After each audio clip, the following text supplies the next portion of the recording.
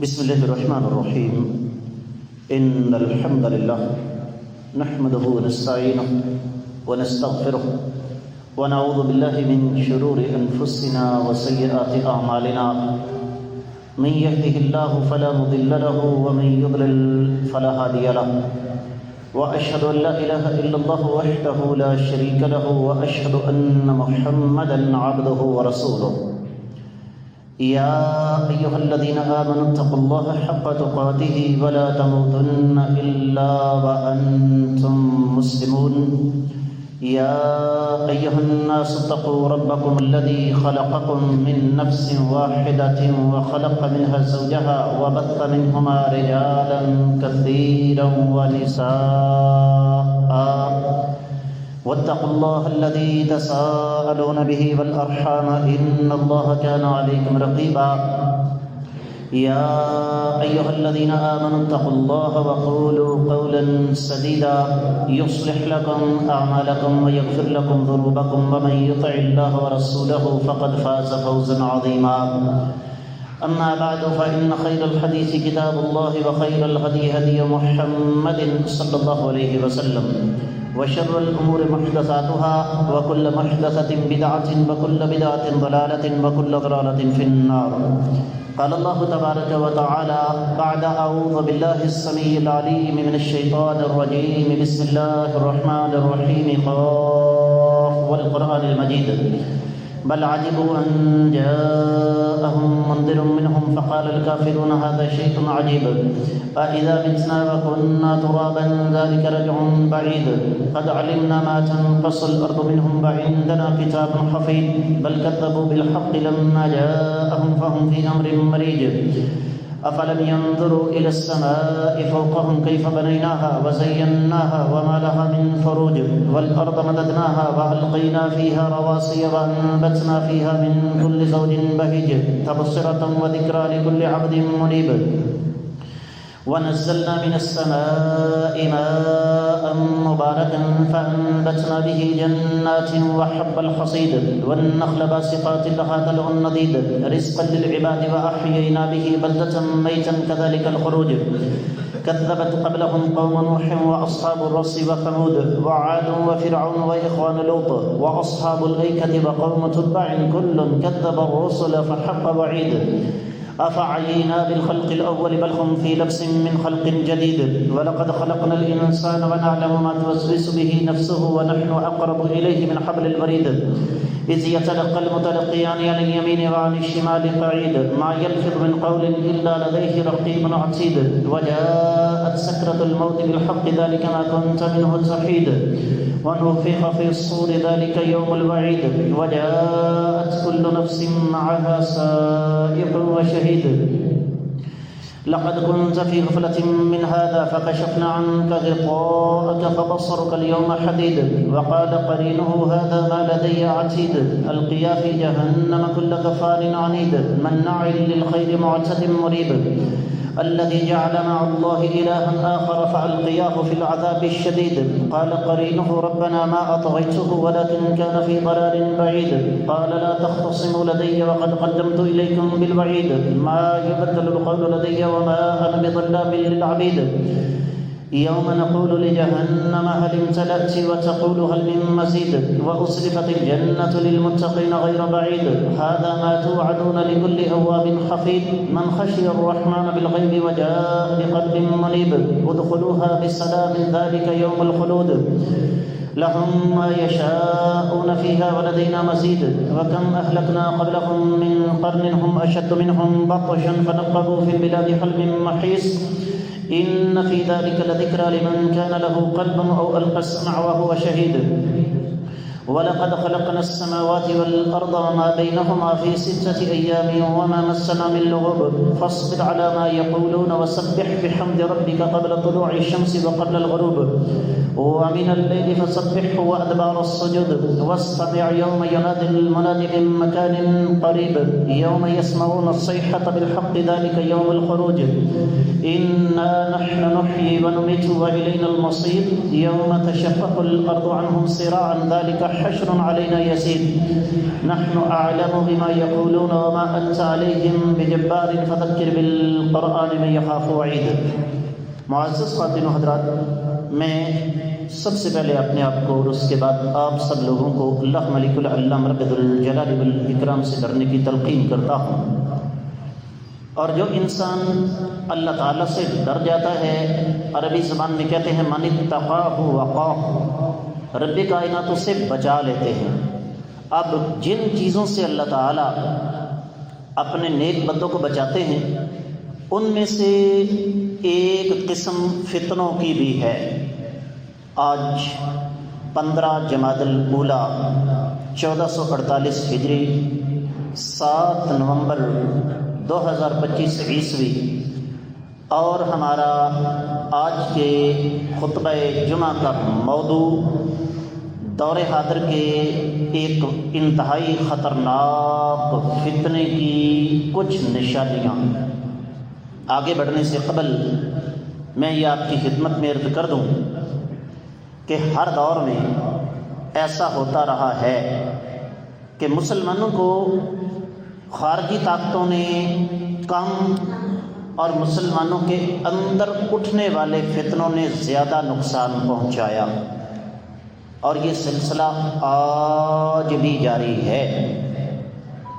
یہی وجہ ہے کہ امام الانبیاء محمد رسول اللہ صلی اللہ علیہ وآلہ وسلم نے ہمیں اس فتنے سے نہ صرف یہ کہ خبردار فرمایا، بلکہ اس کی کچھ نشانیاں بھی بتا دیں جو کہ اس دور میں بھی تھا، بعد میں بھی رہا، اور آج بھی موجود ہے۔ اور وہ فتنہ ہے خارجیت کا۔ یاد رکھیے، جب ہم خارجیت کا لفظ استعمال کرتے ہیں تو اس سے مراد ایک سوچ ہے، ایک فکر ہے، ایک ذہن ہے، اور اس کی اساس اور بنیاد انتہا پسندی پر ہے۔ قرآن کہتا ہے وَكَذَلِكَ جَعَلْنَاكُمْ أُمَّةً وَسَطًا۔ دوسرے پارے کی ابتدا میں رب کائنات نے فرمایا ہم نے تمہیں ایک معتدل امت بنایا ہے۔ اسلام میں انتہا پسندی اور افراط و تفریط کی کوئی گنجائش نہیں، نہ عقیدے میں، نہ عبادات میں، نہ معاملات میں، نہ اخلاقیات میں۔ اور خارجیت کا یہ فتنہ، اس کی اساس اور بنیاد ہی انتہا پسندی ہے۔ اللہ کے نبی صلی اللہ علیہ وسلم نے ہمیں اس فتنے کی جو علامات بتائیں، ان میں سے چند ایک میں آپ کی خدمت میں رکھنا چاہوں گا۔ ان میں سب سے پہلے اس فتنے کا شکار پختہ عمر کے لوگ بہت کم ہوں گے، چھوٹی عمر کے لوگ اس فتنے کا شکار زیادہ ہوں گے۔ اور یہ بات آقا علیہ الصلوۃ والسلام نے ہمیں آج سے 1500 سال پہلے بتائی، لیکن آج یہ سچ ثابت ہو رہی ہے۔ اس وقت بھی اس خارجیت کے فتنے کا شکار ہو کر خود کش حملوں کے ذریعے امت مسلمہ کی جڑیں کھوکھلی کرنے والے زیادہ تر کچی عمر کے نوجوان ہیں، چھوٹی عمر کے نوجوان ہیں۔ اللہ تعالیٰ کا فضل و کرم ہے، رب کائنات نے ہمیں یہ پاکستان عطا فرمایا، اور اس کی حفاظت بھی اللہ نے کرنی ہے اور اپنے بندوں کے ذریعے کرنی ہے۔ جہاں تک محافظ اداروں کا تعلق ہے وہ اپنا کام کر رہے ہیں، لیکن میری اور آپ کی بھی ذمہ داری ہے کہ جہاں تک ہو سکے اس فتنے سے لوگوں کو خبردار کریں۔ میں نے بذات خود اپنے کانوں سے سنا، اپنی آنکھوں سے دیکھا، ایک 18-20 سال کے نوجوان کو پکڑا گیا۔ جب اس سے سوالات کیے گئے تو اس کے پاس سوالات کے جوابات نہیں تھے۔ جب اس سے کہا گیا کہ تم یہ خودکش حملہ کیوں کرنا چاہتے تھے، کہتا جی مفتی صاحب کا فتویٰ ہے۔ جب اس سے پوچھا گیا کہ کون سے مفتی صاحب، کہتا ہے بہت سارے ہیں لیکن میں کسی کا نام نہیں جانتا۔ پھر جب اس سے پوچھا گیا کہ قرآن کی کوئی آیت یا نبی کریم صلی اللہ علیہ وآلہ وسلم کی وہ حدیث پڑھو جس کی روح سے تمہارے نزدیک وطن عزیز پاکستان میں اسکولوں میں، کالجوں میں، بازاروں میں، مسجدوں میں، دینی درسگاہوں میں یہ خودکش حملے جائز ہیں، کہتا ہے کہ میں نے علماء سے سنا ہے، دلائل بہت سارے ہیں لیکن اس وقت میرے ذہن میں نہیں۔ یہ ساری باتیں کچے ذہن کی پیداوار۔ تو اللہ کے نبی صلی اللہ علیہ وآلہ وسلم کا فرمان حدثاء الاسنان، خارجیوں کی سب سے پہلی نشانی کیا ہے کہ یہ کچی عمر کے ہوں گے، چھوٹی عمر کے ہوں گے، کیونکہ کچی اور چھوٹی عمر کے نوجوان فتنے کا شکار جلدی ہو جاتے ہیں۔ اور ان کی دوسری نشانی چھوٹی چھوٹی بات پر اشتعال میں آ جانا، غصے میں آ جانا۔ ظاہر بات ہے جب دین کا فہم نہیں ہوگا، دین کی سمجھ نہیں ہوگی تو جوان خون پر پھر جذبات غالب آئیں گے۔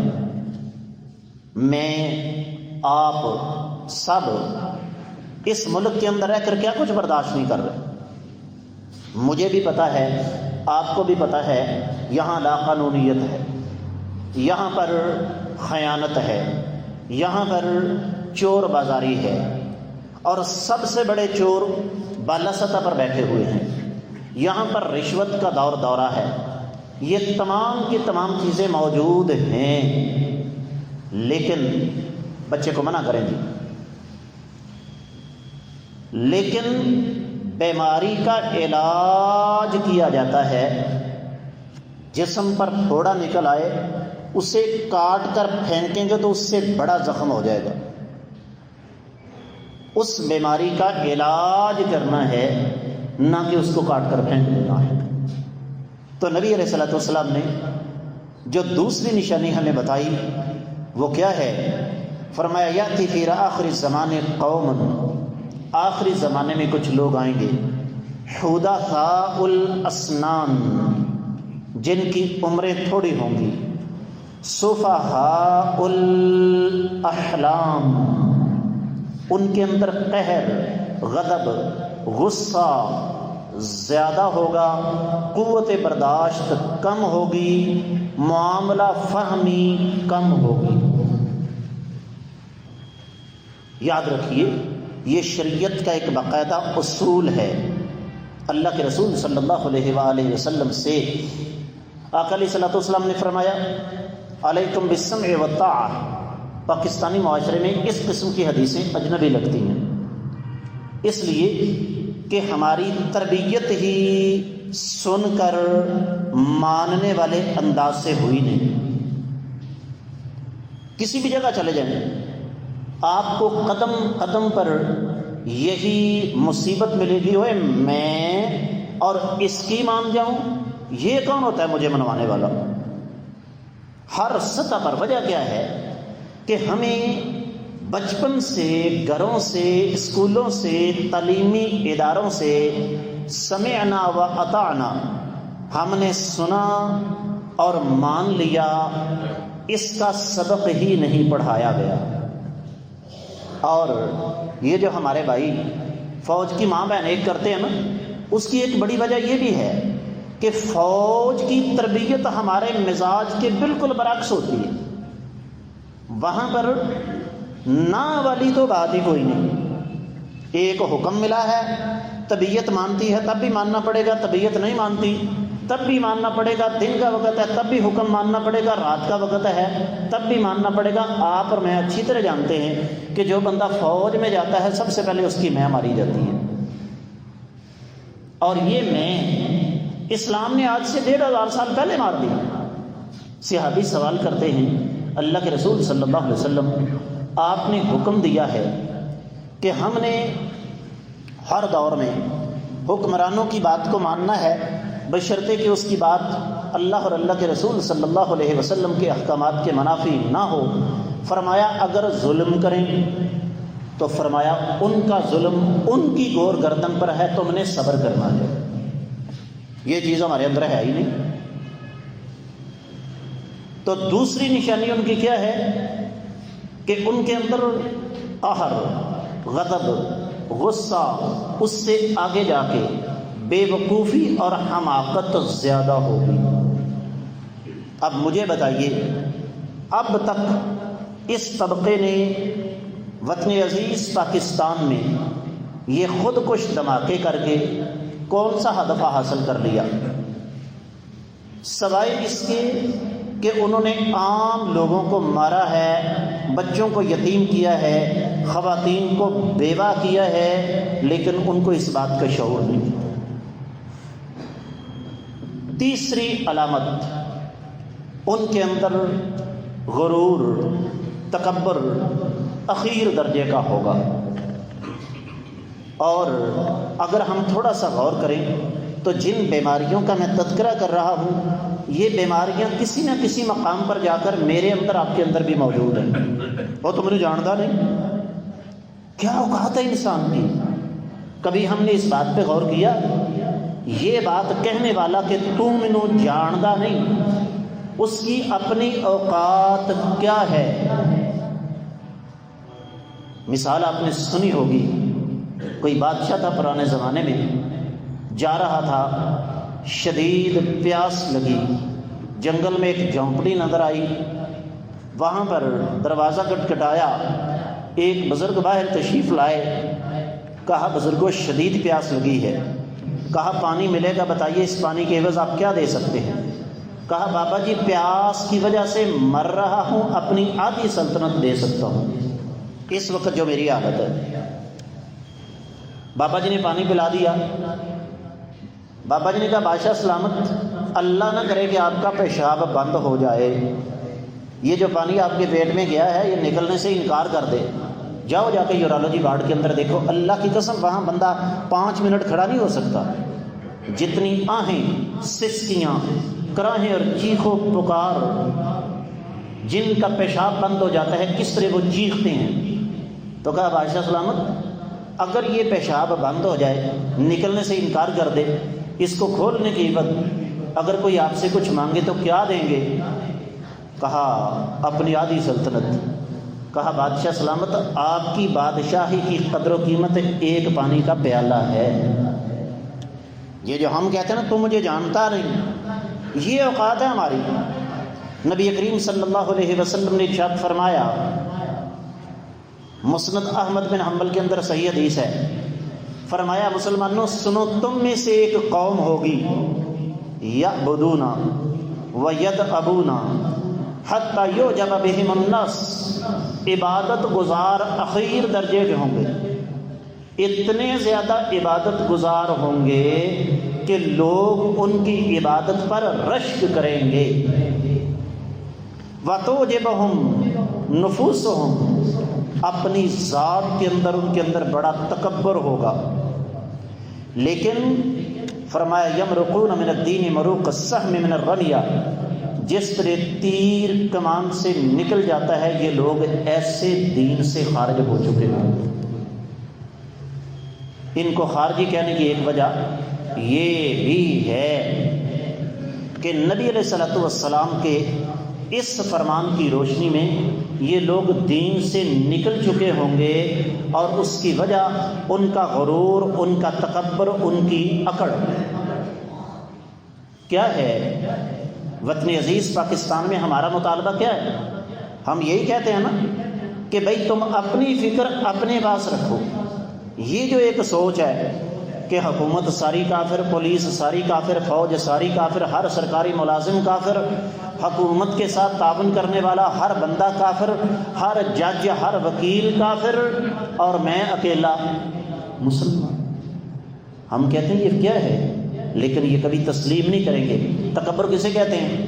حدیث میں آتا ہے آقا علیہ الصلوۃ والسلام نے ارشاد فرمایا تکبر کی تعریف یہ ہے کہ بطل الحق، حق بات کو جھٹلانا، وغمط الناس، اور لوگوں کو اپنے آپ سے حقیر سمجھنا۔ میں سال ہر سال سے اس فکر کے حامل لوگوں کے ساتھ بیٹھتا رہا ہوں، ان کی باتیں سنتا رہا ہوں، آپ حیران ہوں گے، ان کا ایک ہی اصول ہے آنا ولا غیری، جو کچھ میں ہوں اور کوئی ہو ہی نہیں سکتا۔ چوتھی نشانی نبی کریم صلی اللہ علیہ وسلم نے ارشاد فرمایا، صحیح مسلم کی حدیث ہے، چوتھی نشانی ان کی کیا ہے؟ اخیر درجے کے عبادت گزار ہوں گے، عبادت بڑی کریں گے۔ فرمایا لیس قراءتکم الی قراءتہم بشیء، ان کا قرآن تمہارا قرآن پڑھنا ان کے قرآن پڑھنے کے مقابلے میں کوئی حیثیت نہیں رکھے گا۔ ولا صلاتکم الی صلاتہم بشیء، تمہاری نماز ان کی نمازوں کے مقابلے میں کچھ بھی نہیں ہوگی۔ ولا صیامکم الی صیامہم بشیء، تمہارے روزے ان کے روزوں کے مقابلے میں کچھ بھی نہیں ہوں گے۔ اس کا مطلب کیا ہوا؟ میں نے ابتدا میں ایک بات عرض کی ہے کہ شریعت کا مزاج توازن اور اعتدال کا ہے۔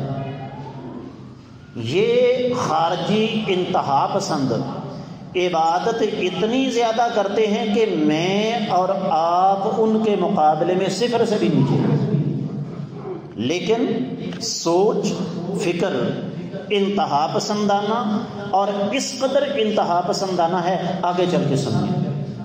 صحیح بخاری مسلم کی روایت ہے، نبی کریم صلی اللہ علیہ وسلم نے ارشاد فرمایا یحقر احدکم صلاتہ مع صلاتہم وصیامہ مع صیامہم، جب تم ان کی نمازیں دیکھو گے، ان کے روزے دیکھو گے، تو تمہیں اپنی نمازیں اپنے روزے ان کے سامنے حقیر نظر آئیں گے۔ یہ بات نبی علیہ السلام صحابہ کرام کو کہہ رہے ہیں،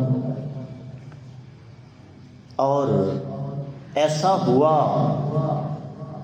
واقعی صحابہ کرام رضوان اللہ علیہم اجمعین، خاص طور پر سیدنا عبداللہ بن عباس رضی اللہ تعالیٰ عنہ، مصنف عبد الرزاق کے اندر روایت موجود ہے، فرماتے ہیں میں کچھ لوگوں کے پاس گیا تو میں نے ان سے زیادہ عبادت گزار کسی کو نہیں پایا، اتنے زیادہ عبادت گزار تھے کہ ان کے سجدوں کے سامنے مجھے اپنے سجدے حقیر نظر آئے۔ یہ صحابی رسول صلی اللہ علیہ وسلم فرما رہے ہیں۔ اس سے پتہ کیا چلا؟ اس سے مراد عبادت کی تحقیر نہیں ہے، اس سے مراد یہ ہے کہ کسی کی بے تحاشا عبادت سے مجھے اور آپ کو متاثر نہیں ہونا، بلکہ یہ دیکھنا ہے کہ اس کی سوچ کیا ہے، اس کی فکر کیا ہے، وہ عبادت کس نقطہ نظر سے کر رہا ہے۔ پانچویں علامت آقا علیہ الصلوۃ والسلام نے فرمایا یقرؤون القرآن یحسبون انہ لہم وہو علیہم، قرآن کو غلط سمجھیں۔ جو آیتیں کافروں والی ہیں وہ مسلمانوں پر فٹ کریں گے۔ صرف ایک مثال میں آپ کو دے دیتا ہوں، رب کائنات فرماتے ہیں وَمَن لَّمْ يَحْكُم بِمَا أَنزَلَ اللَّهُ فَأُولَٰئِكَ هُمُ الْكَافِرُونَ، جو شخص اللہ کی نازل کردہ شریعت کے مطابق فیصلہ نہ کرے ایسے لوگ کافر ہیں۔ امام ابن کثیر رحمۃ اللہ علیہ ان الفاظ کی وضاحت کرتے ہوئے فرماتے ہیں کہ بلکہ سیدنا عبداللہ بن عباس رضی اللہ تعالیٰ عنہ نے فرمایا یہ وہ کفر نہیں ہے جس سے انسان دائرہ اسلام سے خارج ہو جائے، بلکہ یہ کفر کا ایک درجہ ہے۔ ان خارجیوں کے نزدیک جو بندہ قرآن و سنت کے مطابق فیصلہ نہیں کرتا وہ دائرہ اسلام سے خارج ہے۔ ان کی پانچویں علامت قرآن کا مفہوم، قرآن کا ترجمہ، قرآن کا مطلب، قرآن کے معانی اپنی مرضی سے کرنا۔ ہمارا عام آدمی متاثر ہو جاتا ہے۔ یہی وجہ ہے کہ سیدنا عبداللہ بن عباس، سیدنا عبداللہ بن عمر رضی اللہ تعالیٰ عنہما، صحیح بخاری کے اندر روایت موجود ہے، فرمایا انطلقوا الی آیات نزلت فی الکفار فجعلوها علی المؤمنین، ان ظالموں نے کیا کیا؟ جو آیتیں کافروں کے بارے میں نازل ہوئی تھیں انہوں نے وہ مسلمانوں پر منطبق کرنا شروع کر دیا۔ چھٹی علامت فرمایا یحسنون القیل ویسیئون الفعل یتکلمون بکلمۃ الحق یقولون من خیر قول البریہ۔ ان کا کلام سننے میں کانوں کو بہت اچھا لگے گا، لچھے دار گفتگو کریں گے، ایسی گفتگو کریں گے کہ آپ رونے پر مجبور ہو جائیں گے۔ اور میں ایسی شخصیات کو جانتا ہوں جن کا سارا جمعہ لوگوں کو رلاتے ہوئے گزرتا تھا، لیکن سوچ اور فکر کیا؟ وہی خارجی۔ اللہ کے رسول صلی اللہ علیہ وسلم آج سے 1500 سال پہلے ہمیں یہ بات سمجھا گئے کہ کسی کی لچھے دار گفتگو سن کر متاثر مت ہو جانا عین ممکن ہے، وہ آپ کو الفاظ کے جادو کے اندر پھنسا کر آپ کا ذہن خراب کرنا چاہتا ہوں۔ 7ویں علامت جو کہ سب سے اہم ہے میرے علم کے مطابق، کیا؟ تکفیر، چھوٹی چھوٹی بات پر کفر کا فتویٰ۔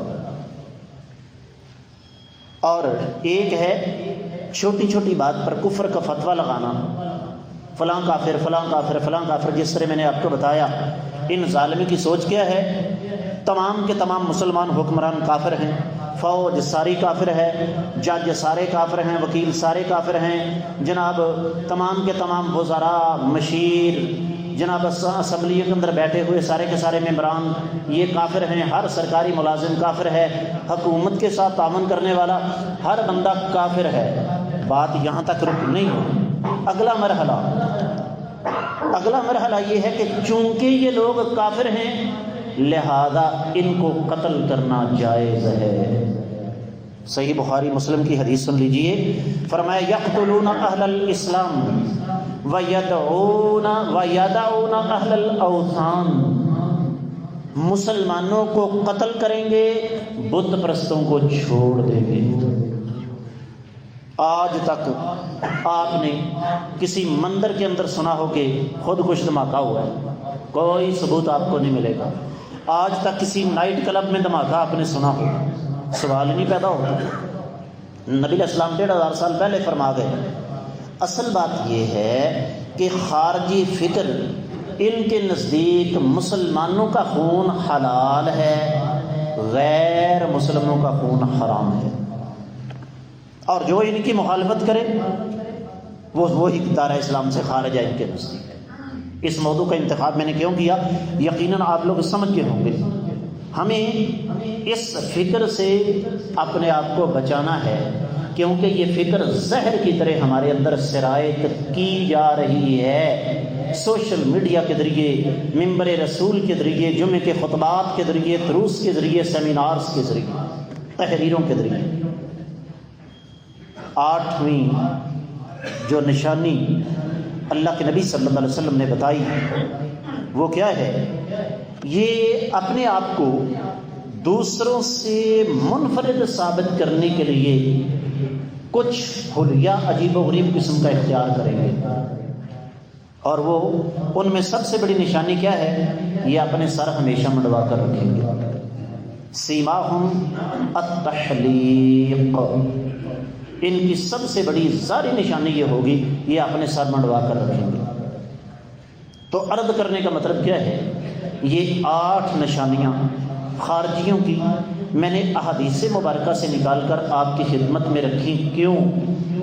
میں آپ سب صاحب اولاد ہیں، اللہ تعالیٰ سب کے بچوں کو نیک بنائے، اللہ تعالیٰ سب کے بچوں کو فتنوں کے شر سے بچنے کی توفیق عطا فرمائے۔ خواتین، نوجوان لڑکیاں اس فکر کا شکار ہیں۔ آخری بات عرض کر کے اجازت چاہوں گا، میں ایسی ماؤں کو جانتا ہوں جو اپنے بچوں کو، اپنے جوان بیٹوں کو خودکش حملوں کے لیے تیار کر کے کہتی ہیں بیٹا جا تو شہید ہو جائے گا، میں جنت میں چلی جاؤں گی۔ آج ضرورت ہے میں آپ سب اس فکر کو اپنے آپ سے دور رکھیں، ذہنی طور پر اس فکر کے خلاف نفرت کا اظہار کریں، جہاں کہیں اس قسم کے لوگ ہمیں ملیں ان کا رد کریں۔ اللہ تعالیٰ کی بارگاہ میں دعا ہے رب کائنات ہمیں اس خارجی فکر سے بچنے کی توفیق عطا فرمائے، اور اللہ تعالیٰ ہمیں قرآن و سنت کی صحیح سمجھ عطا فرمائے۔ وما علیہ الا البلاغ المبین۔